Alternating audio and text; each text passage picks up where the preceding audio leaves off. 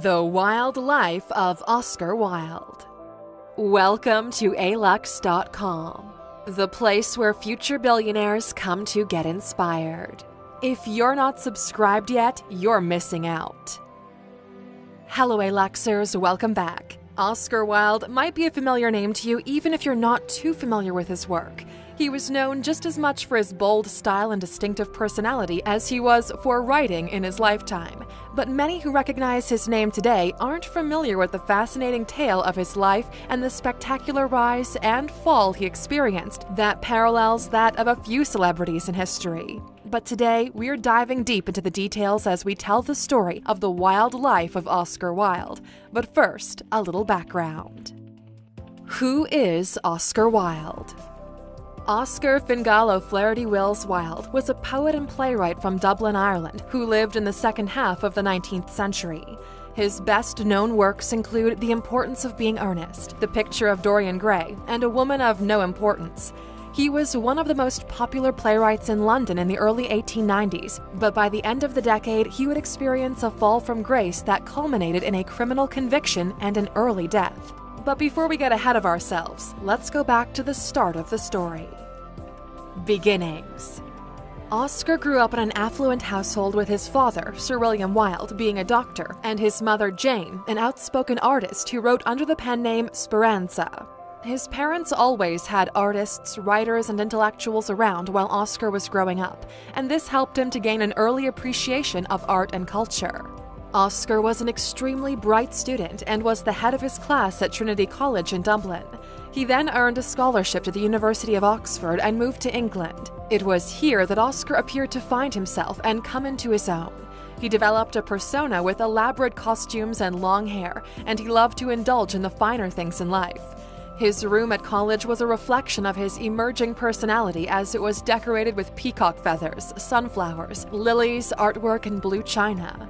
He loved to entertain and throw lavish parties. He fully bought into the aesthetic movement, which emphasized beauty and aesthetic appeal in art and literature, rather than focusing on social or political themes.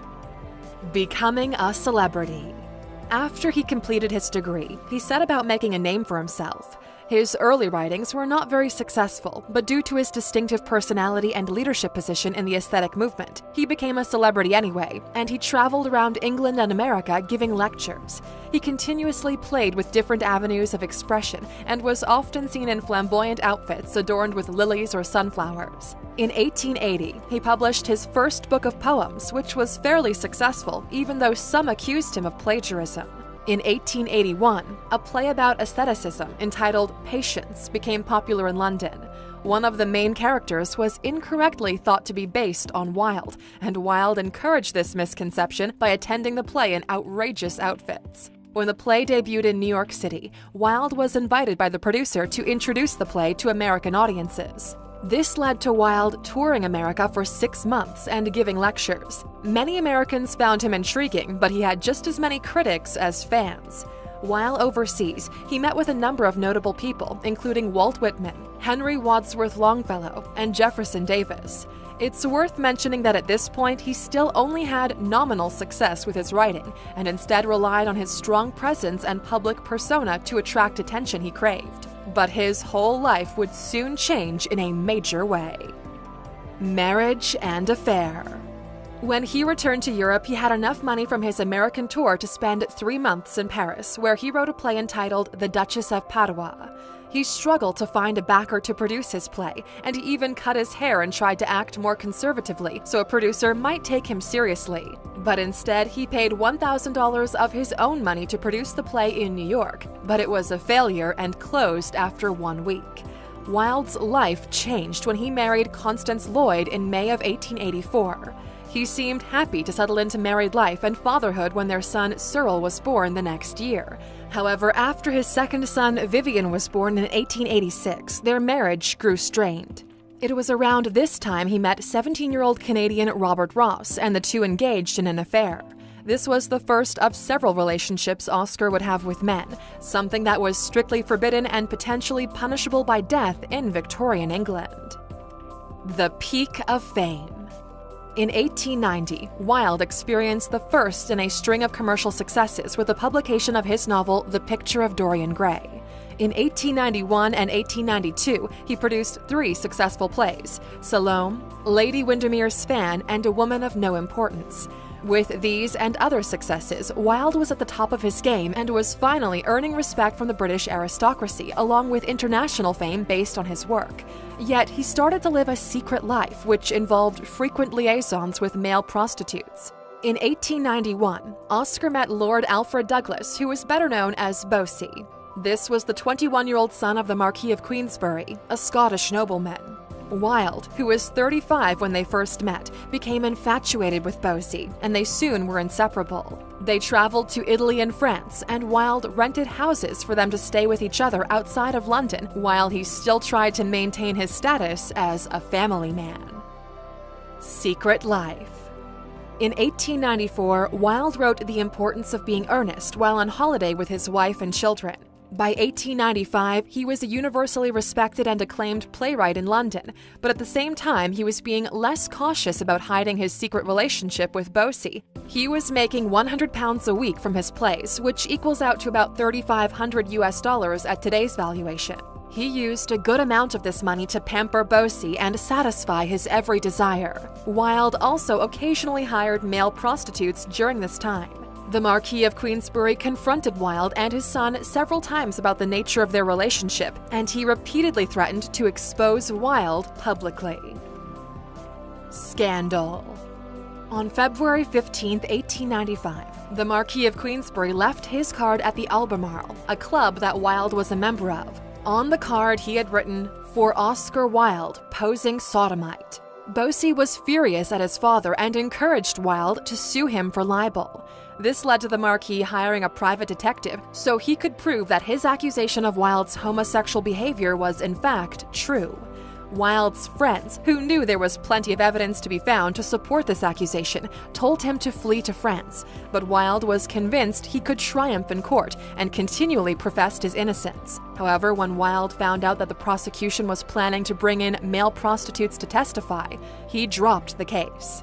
But Queensberry lawyers contacted public prosecutors with the recommendation that Wilde be tried for gross indecency and sodomy.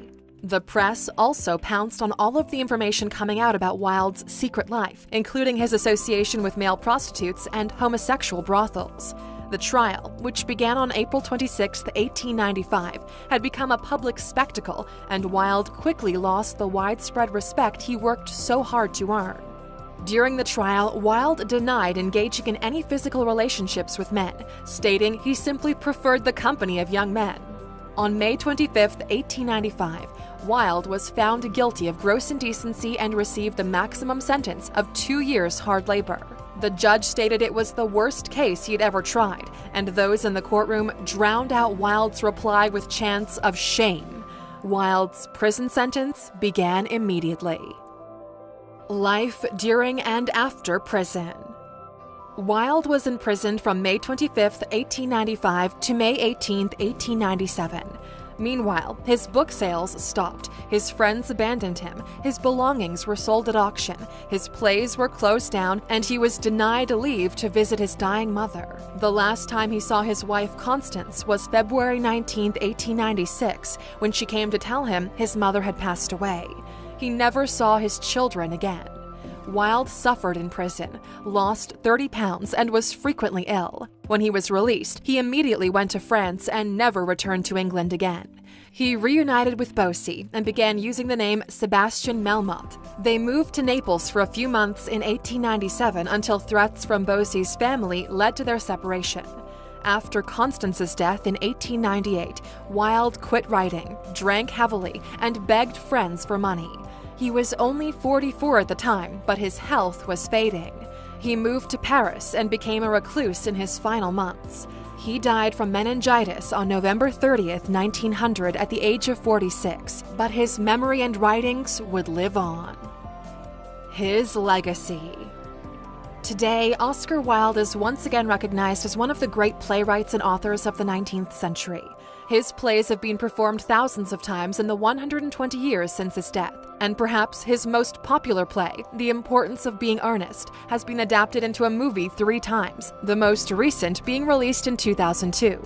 In 2017, his crimes were pardoned along with those of 50,000 men who had been prosecuted for homosexual acts in Britain. For a captivating look at the rise and fall of Oscar Wilde, check out the book The Fall of the House of Wilde by Emer O'Sullivan. She separates the myth from the reality of Wilde's fascinating life, starting from his unusual upbringing all the way through his untimely death. This book is available exclusively on Audible for $21, but you can listen to it without parting with your hard-earned cash. Just go to alux.com/freebook and sign up for the first time. Then you'll get the audiobook version for free, thanks to our partnership with Audible. The quote. While researching his story, we came across an incredible quote from Wilde we'd like to share with you, and it goes like this. Our ambition should be to rule ourselves, the true kingdom for each one of us. And true progress is to know more, and be more, and do more. This is a great reminder of how much we control within our own lives, and how we need to harness that power to rule our own kingdoms within ourselves. Question. Now that we are wrapping up this story, we'd like to know, have you read any of Oscar Wilde's writings? Let us know in the comments. And of course, for sticking with us until the end, here's that bonus we owe you. In his teenage years, Oscar had a 2-year relationship with Florence Balcombe. He wanted to marry her, but she instead decided to marry Bram Stoker, the author of Dracula. Thank you for spending some time with us, Aluxer. Make sure to subscribe so you never miss a video. If you want more, we handpicked these videos you might enjoy, or head over to alux.com for the best in fine living content on the planet. Be a part of the largest community of luxury enthusiasts in the world and tell your story.